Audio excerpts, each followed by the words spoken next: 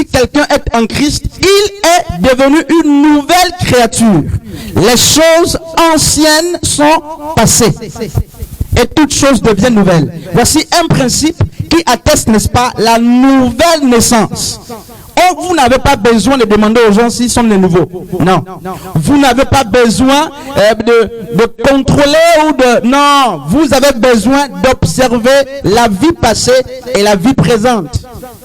Qu'est-ce qui a changé? Si quelqu'un est en Christ, il devient une nouvelle créature. Et si on se base sur ce texte, on sait, frères et sœurs, que nos églises ont beaucoup de personnes incirconcis. On sait que nos églises ont beaucoup d'adeptes. Et je me souviens qu'il y a des assemblées dans lesquelles j'étais à l'époque, où on me donnait des fiches d'adhésion à remplir. Et j'ai rempli aussi dans le passé ces fiches d'adhésion. Oui, les gens ont signé leur adhésion au bâtiment d'église, mais très peu de personnes sont, n'est-ce pas, adhérents au royaume de Dieu. Très peu. Et on va quelque part. Et qu'est-ce qui se passe, frères et sœurs? Je disais, on ne peut pas forcer,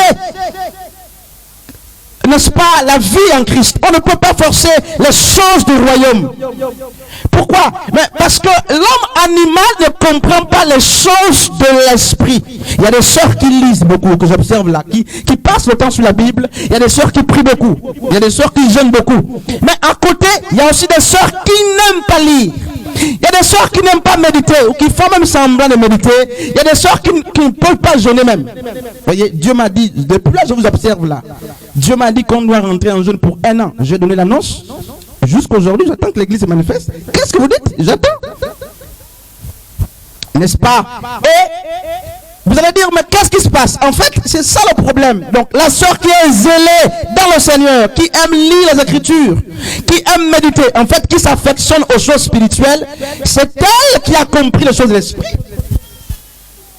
Et si tu te lèves avec tes propres motivations pour vouloir booster la vie de quelqu'un qui n'est pas converti, tu vas perdre le temps, tu vas te fatiguer. Parce que la personne viendra pour te faire plaisir, la personne va ouvrir la Bible certainement pour te faire plaisir, elle va fermer après. Pas les Bibles qu'on ouvre, qu'on laisse au chevet du lit. Ça, c'est la religion. Pas ça. La véritable méditation. De même que quelqu'un ne peut pas rester fin 1 mois, 2 mois, c'est le même principe sur le plan spirituel. Si tu es chrétien là, pendant que nous sommes là, tu fais 1 mois sans lire, il y a des problèmes. Ça veut dire que ton esprit souffre quelque part. Donc arrête, ça veut dire que l'esprit n'est pas nourri. Parce que l'homme, dit n'est-ce pas Matthieu 4, Luc 4, Matthieu 4 là-bas, l'homme ne vivra pas de pain seulement. Le pain c'est pour le corps, la chair. Mais l'esprit a aussi besoin d'être alimenté. Et qu'est-ce qui se passe?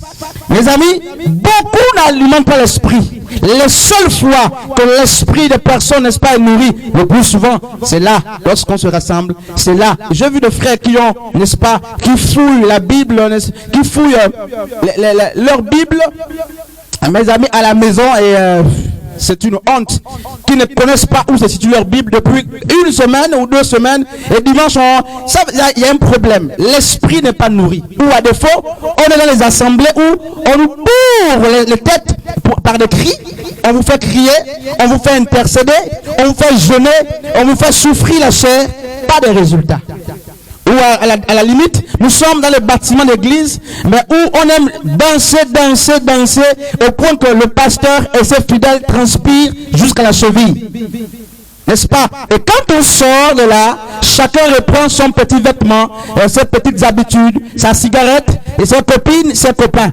Et le dimanche qui suit, on est encore fidèle à la même assemblée. On vient, on danse, après on ressort. Et parce que chacun a son maillot comme le jour du match. Quand il y a le match, chacun doit avoir son uniforme, son maillot. Et quand c'est dimanche, c'est la grande compétition. Chacun met son maillot de chrétien.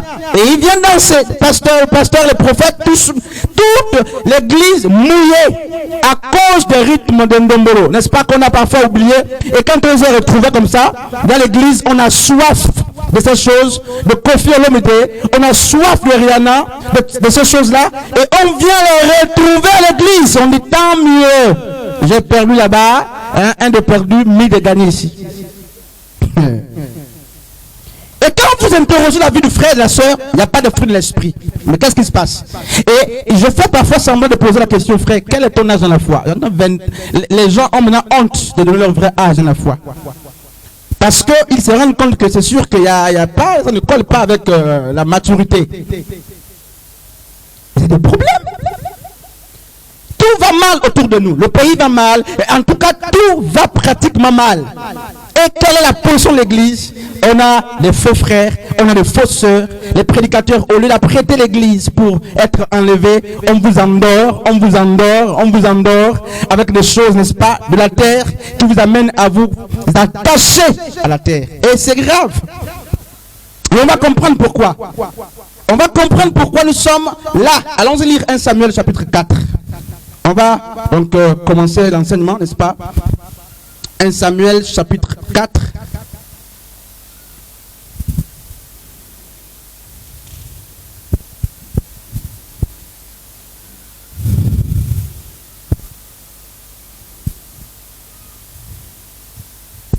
Quelqu'un qui a le micro là, je ne sais pas s'il y a un micro.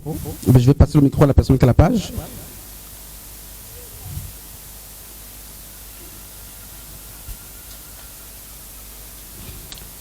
Ou c'est mieux qu'on commence par 1 Roi chapitre 16. Pardon. Donc j'aimerais qu'une sœur ou un frère fasse la lecture. 1 Roi chapitre, on ne va pas durer. 1 Roi chapitre 16. À partir du verset 18 jusqu'au verset 34. Quelqu'un peut faire la lecture, je ne sais pas. Quelqu'un peut nous aider à faire la lecture. Quand la page. Oui.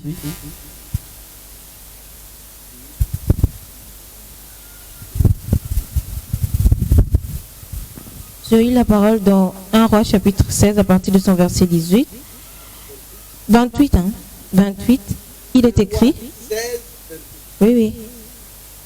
Omri se coucha avec ses pères et fut enseveli à Samarie. Achab, son fils, régna à sa place. Verset 29. Achab, fils d'Omri, régna sur Israël la 38e année d'Asa, roi de Juda,